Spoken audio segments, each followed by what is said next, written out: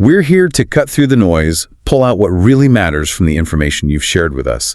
And today, today we're tackling something incredibly difficult, a truly heartbreaking event that's shaken another community.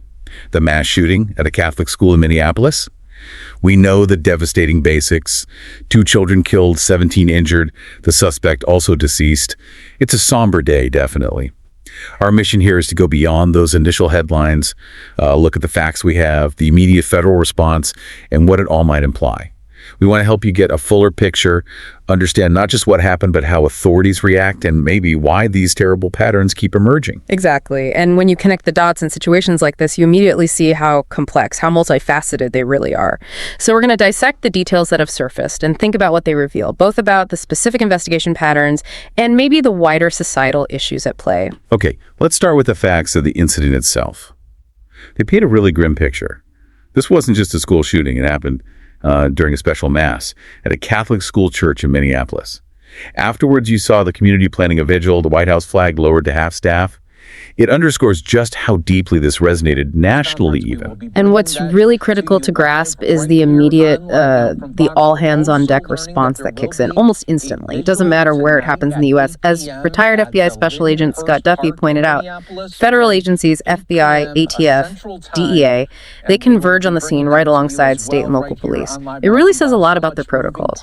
You have people from different agencies, maybe never worked together before, but they coordinate seamlessly, ready to head into danger, neutralize the threat. It's quite a testament to that unified structure they have for these crises. That immediate response is so vital, isn't it? Every second is critical. But, we're seeing this worrying trend of false alarms, of hoaxes. How do responders in that initial surge tell a real threat like this one from all the false reports flooding in? That's a huge challenge, a really profound one. For law enforcement, there's no choice. You have to treat every single call as if it's real. You just can't risk hesitating. We saw it recently, right? Hoaxes at the University of Tennessee, Villanova. They were false alarms, sure, but the response, totally real. No matter where you are in the United States, the active shooter training protocols go into place. When something like this happens, it is all hands on deck. This will be no different. So the FBI, ATF, DEA, any federal law enforcement agency, any state, any agency where somebody is sworn to protect and has a weapon, they are heading to the scene, and this would be no different. It is literally all hands on deck, and 23 years old, where ultimately their name from Robert back in 2020 when they were 17. The court documents actually say it was because minor child identifies as female and wants her name to reflect the identification. From an investigative perspective, how significant is a detail like that, something so personal, when it suddenly becomes public in the middle of tragedy? Well, what's really insightful, I think, is how quickly these deeply personal details, once they're out there from official sources, become central to the public's understanding, or attempt to understand. For the FBI, it's not just, a biographical fact. It's a piece of the puzzle. It immediately makes them broaden their search. It forces them to look beyond easy categories, right? To understand how someone's personal journey might intersect with public acts like this. And it also shows how fast public perception can latch on to sensitive information, sometimes maybe even overshadowing the main facts of what happened. And then there's another layer to that personal story. The Star Tribune reported the suspect's mother apparently worked at that specific church, the one where the shooting happened. That connection, assuming it's accurate, feels incredibly significant. What's the immediate priority for investigators when something like that surfaces? How does it shift the focus? Oh, absolutely. That kind of direct link, it immediately becomes a focal point, a major one. It's just, potential familiarity with the building, the routines, maybe even specific people there. That could point towards premeditation or perhaps a specific grievance tied to the location. Investigators would pivot right away. They'd start digging into the suspect's relationship with the mother, the family dynamics, any history within that church community. Anything, internal conflicts, old disputes, anything that might shed light on doing the psychology so once the suspect is identified, these initial connections start to the federal investigation really kicks into high gear. That deep dive. Agent Duffy mentioned the FBI uses all its databases that are situated to collect lots of information online on a daily 2047 basis.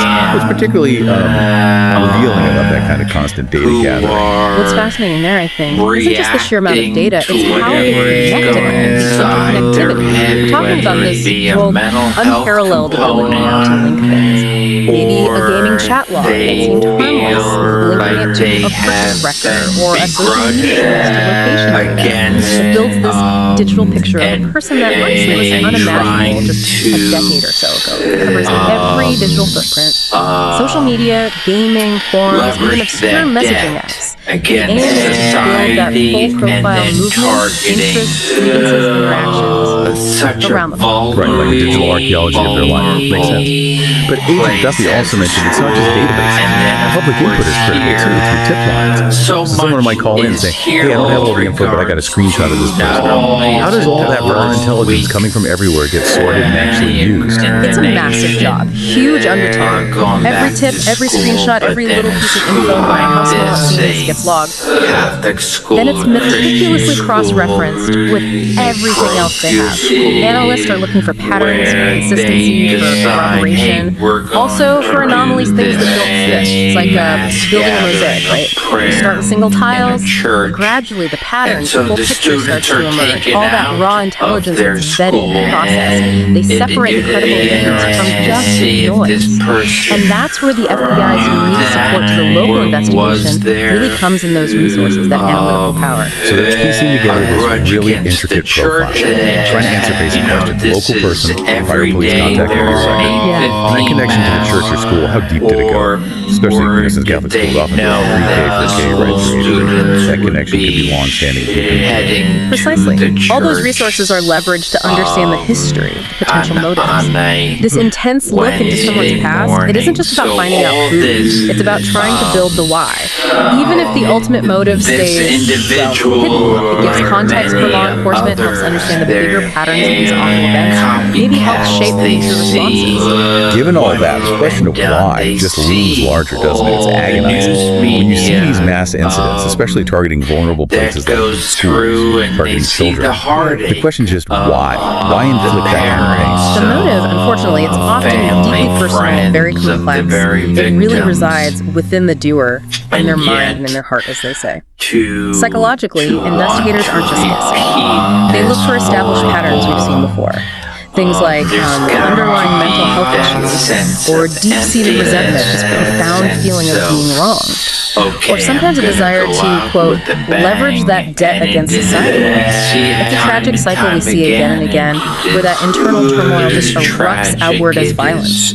The motivations often fall into categories or combinations: personal grievance, maybe ideology, sometimes just a desire for notoriety. And the choice to target often says a lot, too. Attacking a vulnerable place as a school, specifically a Catholic school, a parochial school, during a mass, during prayer. That raises immediate questions. Was there specific knowledge, a grudge against the church itself? Or was the timing, the mass, the specific target? Exactly.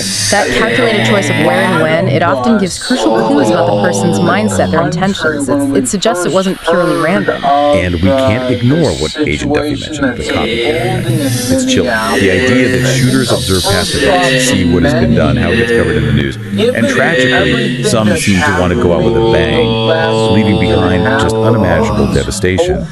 That desire for notoriety, even infamy, it's another disturbing layer in these complex motives. So, with this deep investigation as the suspect's background, what role does the family play? How do investigators approach the people closest to the individual to get information? Well, law enforcement doesn't deep dive into family members. Context here. They're specifically looking for something called leakage. Now, leakage isn't always a direct cry for help. It's often more subtle, signed, overt, or maybe hidden in messages to family or friends or across social media, places where the individual might have unintentionally or implicitly revealed their distress, their intentions, their plans. It's like information leaking out that in hindsight could have been avoided. Right, so the idea is to figure out if this is another one of those tragedies that maybe could have been prevented. If the information was out there, if someone could have acted on it. That's the core question, yes.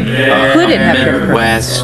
This includes looking hard at whether family members might have turned a blind eye. Or, perhaps more commonly, just failed to recognize the seriousness of potential warning signs. Missed opportunities for intervention or deterrence. It's a really difficult part of the investigation, but necessary to understand the whole ecosystem around the person. See if there were any points where things might have been. So we've covered a lot of ground in this complex and truly tragic event in Minneapolis. We've looked at the well-surprising identity details, the meticulous federal response, which now has to deal with this rise in hoaxes, the search for motive, and these wider issues about prevention, about leakage within families.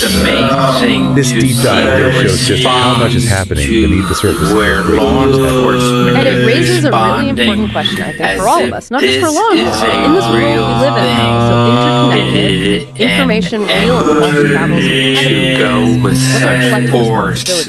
As individuals, as friends, deal family, with what they members, believe how do we get better at is seeing an and active understanding shooter, an active leakage? How do we stay threat, vigilant without causing panic? and how do we then actually see act that it was a what are the subtle hoax, signs of something we're missing? from wherever that original call came from, that they were able to cause potentially catastrophe. I mean, think about just the trauma itself of having gone through something like that, and then everybody to take a deep breath and a sigh of relief that it was a hoax.